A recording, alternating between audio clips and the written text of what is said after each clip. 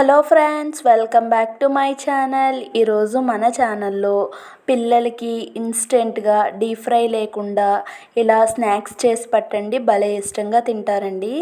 చాలా క్రిస్పీగా కూడా ఉంటాయి. అంతేకాకుండా డీప్ ఫ్రై చేసే పని అయితే ఉండదండి, చాలా ఈజీగా చేసుకోవచ్చు. సౌండ్ వింటుంటేనే మీకు అర్థమవుతుంది అనుకుంటున్నాను. ఇప్పుడు దానికోసం నేను ఇక్కడ ఒక కప్ తీసుకొని కప్తో కొంచెం శనగపప్పు నానబెట్టుకుంటున్నానండి. శనగపప్పుని 1-2 సార్లు శుభ్రంగా కడుక్కున్న తర్వాత నానబెట్టుకుంటున్నాను. అండ్ అలానే కొంచెం పెసరపప్పు కూడా నానబెట్టుకుంటున్నానండి. ఇక్కడ నేనైతే హాఫ్ అన్ అవర్ ముందు నానబెట్టుకుంటున్నాను. మీకు టైం లేదంటే కనీసం ఒక 15 నిమిషాలు నానబెట్టుకున్నా సరిపోతుందండి. ఇప్పుడు నేను మీడియం సైజులో ఉన్న 2 ఉల్లిపాయలను తీసుకొని శుభ్రంగా వాష్ చేసి వీడియోలో చూపించిన విధంగా కట్ చేసేసుకున్నానండి. వాటిని నేను మిక్సీ జార్లోకి అయితే ట్రాన్స్ఫర్ చేసుకుంటున్నాను. అండ్ అలానే ఒక 4 వెల్లుల్లి, కొంచెం అల్లం అండి. అల్లాన్ని డైరెక్ట్గా అలా వేసేయకుండా కొంచెం కట్ చేసుకొని వేసుకుంటున్నాను. మనకి ఈజీగా నలుగుతుంది కదండి, అందుకోసం అలా కట్ చేసి వేసాను.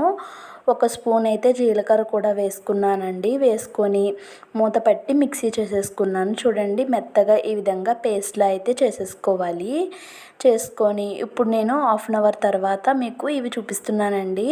చూసారు కదా, మనకి పచ్చిశనగపప్పు ఇంకా పెసరపప్పు అయితే పర్ఫెక్ట్గా నానిపోయినాయండి. వీటిని పక్కన పెట్టేసుకున్నాను. ఇలా వెడల్పుగా ఉన్న ఒక బేషన్ తీసుకొని ఒక కప్పు క్వాంటిటీతో 2 కప్పులు అయితే నేను మెజర్ చేసుకోవడానికి ఒక కప్ తీసుకొని ఆ కప్తో 2 కప్పులు అయితే బియ్యపిండి తీసుకుంటున్నానండి. ఇది నేను మిల్లు పట్టించుకున్న బియ్యపిండి అండి. పొడి బియ్యపిండి అండి, తడి బియ్యపిండి కాదు. అండ్ అలానే టేస్ట్కి సరిపడా సాల్టు, మీరు ఎంత కారం తింటారు అనుకుంటే అంత కారం అండి. నేనైతే 1.5 స్పూన్ కారం వేసుకున్నాను. వేసుకున్న తర్వాత మనం నానబెట్టి పక్కన పెట్టుకున్నటువంటి పచ్చిశనగపప్పు ఇంకా పెసరపప్పు కూడా యాడ్ చేసేసుకున్నానండి. అవి వేసేసుకున్న తర్వాత ఒక చిన్న కప్తో కప్పుడు నువ్వులు వేసుకున్నానండి. నువ్వులు వేసుకున్న తర్వాత సన్నగా చాప్ చేసినటువంటి కరివేపాకు, కొత్తిమీర కూడా వేసుకున్నాను. వేసుకొని మనం ఇందాక మిక్సీ చేసి పక్కన పెట్టుకున్నటువంటి మసాలా పేస్ట్ ఏదైతే ఉందో దాన్ని కూడా యాడ్ చేసేసుకుంటున్నానండి. ఇవన్నీ వేసిన తర్వాత ఇవన్నీ మొత్తం కలిసే విధంగా 1-2 సార్లు అయితే శుభ్రంగా కలిపేసుకుంటున్నాను. మనకి ఆనియన్లో చెమ్మ ఉంటుంది కదండి, ఆ చెమ్మతోనే సగం పిండి అంతా కూడా కలిసిపోతుందండి. చూసారు కదా, పిండి అంతా కూడా ఆనియన్ చెమ్మతోనే కలిసిపోయింది. ఇప్పుడు మనం కొంచెం కొంచెం వాటర్ వేసుకుంటూ పిండిని చపాతీ పిండి కన్సిస్టెన్సీలో వచ్చే వరకు కలుపుకోవాలండి. వాటర్ అయితే చూసుకొని వేసుకోండి, మరీ పల్చగా అయిపోతే మనకి పిండి వేసుకున్నా కూడా మళ్ళీ టేస్ట్ అనేది చేంజ్ అవుతుందండి. అందుకోసం కొంచెం కొంచెం చూసుకొని వేసుకొని ఇలా చపాతీ ముద్దలాగైతే మనం ప్రిపేర్ చేసేసుకోవాలండి. చపాతీ ముద్దలా ప్రిపేర్ చేసుకొని గ్లాస్లో నాకు సగం వాటర్ అయితే పట్టినాయండి. ఇప్పుడు దీన్ని బాగా నలుపుకుంటున్నాను. ఒకసారి నలుపుకున్న తర్వాత దీన్ని చిన్న చిన్న బాల్స్లో అయితే చేసుకుంటున్నానండి. చూసారు కదా, పిండి కన్సిస్టెన్సీ అనేది చాలా మెత్తగా ఉంది కదా. మీకు ఏ సైజులో కావాలి అనుకుంటే ఆ సైజులో చేసుకోవచ్చండి. మరీ పెద్దగా కాకుండా మరీ చిన్నగా కాకుండా మీరు ఎలా కావాలి అనుకుంటే అలా చేసుకోండి. నేనైతే సగం పిండి చేశానండి, సగం తర్వాత చేద్దామని చెప్పి.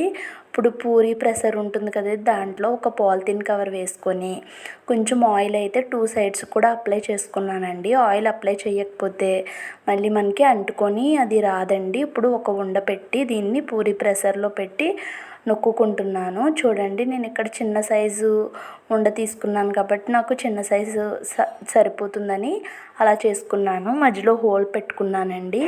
చూడండి, చాలా ఈజీగా మనకి కవర్ నుంచి సపరేట్ అయిపోయింది కదా. ఈ విధంగా మొత్తం అన్నీ చేసుకొని మీరు ఒకేసారి కావాలనుకుంటే కాటన్ క్లాత్ పైన పెట్టుకోవచ్చండి. ఇక్కడ నేను స్టవ్ వెలిగించి ప్యాన్ పెట్టి చూడండి, ఇక్కడ కొంచెం అంటే కొంచెం ఆయిల్ వేసుకున్నాను.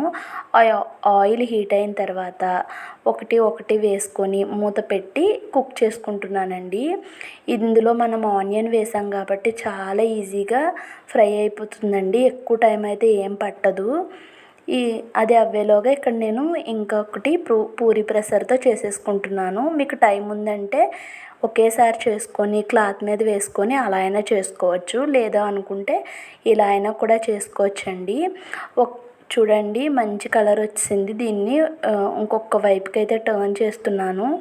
మంచి గోల్డ్ కలర్ అయితే వచ్చిందండి. చాలా ఈజీగా ఫ్రై అయిపోతాయండి. ఎక్కువ టైం పట్టదు, ఎక్కువ ఆయిల్ కూడా పట్టదనమాట. నెక్స్ట్ అది తీసేటప్పుడు మనకి మెత్తగా ఉన్నట్టు అనిపిస్తుందండి. కాసేపటి అయ్యేసరికి మనకి అది గట్టిగా అయితే అయిపోతుందండి. ఇప్పుడు అదే విధంగా ఇక్కడ నేను ఇంకొకటి కూడా కాల్చుకుంటున్నాను. ఇప్పుడు మీకు ఇంకొక ప్రాసెస్ చూపిస్తానండి. ఇది పిల్లలకి హెల్తీగా చేయాలి అనుకుంటే ఈ విధంగా చేయండి. ఒకవేళ మాకు ఎక్కువ టైం తీసుకుంటుంది, మేము చేయలేము అనుకుంటే ఇలా కొంచెం ఎక్కువ ఆయిల్ వేసుకొని ఆయిల్లో కూడా వీటిని డీప్ ఫ్రై చేసుకోవచ్చండి. మీకు ఇక్కడ నేను 2 విధాలుగా చూపించాను. ఆయిల్లో డీప్ ఫ్రై చేసి ఎలా చేయాలో అండ్ అలానే ఆయిల్ లేకుండా మనం డీప్ ఫ్రై కాకుండా ఎలా చేయాలో కూడా నేను మీకు చూపించాను కదండి. చాలా సింపుల్గా ఈ విధంగా మొత్తం అన్నీ కూడా నేను ఇక్కడ కొన్ని అయితే ఫ్రై చేసుకున్నాను, కొన్ని అయితే కాల్చుకున్నానండి. చాలా టేస్టీగా ఈ ఉల్లిపాయతో చేసిన చెక్కలు అయితే చాలా క్రిస్పీగా రెడీ అయిపోయినాయి కదండి. ఒకసారి ఈ రెసిపీని మీరు కూడా మీ ఇంటి దగ్గర ట్రై చేసి మీకు ఎలా కుదిరిందో కామెంట్స్లో షేర్ చేసుకోండి. చూస్తుంటేనే నోట్లోకి నీళ్ళు ఊరిపోతున్నాయి కదండి, అంత టేస్టీగా ఉంటాయి. లైక్ చేసి ఛానల్ని సబ్స్క్రైబ్ చేసుకోండి.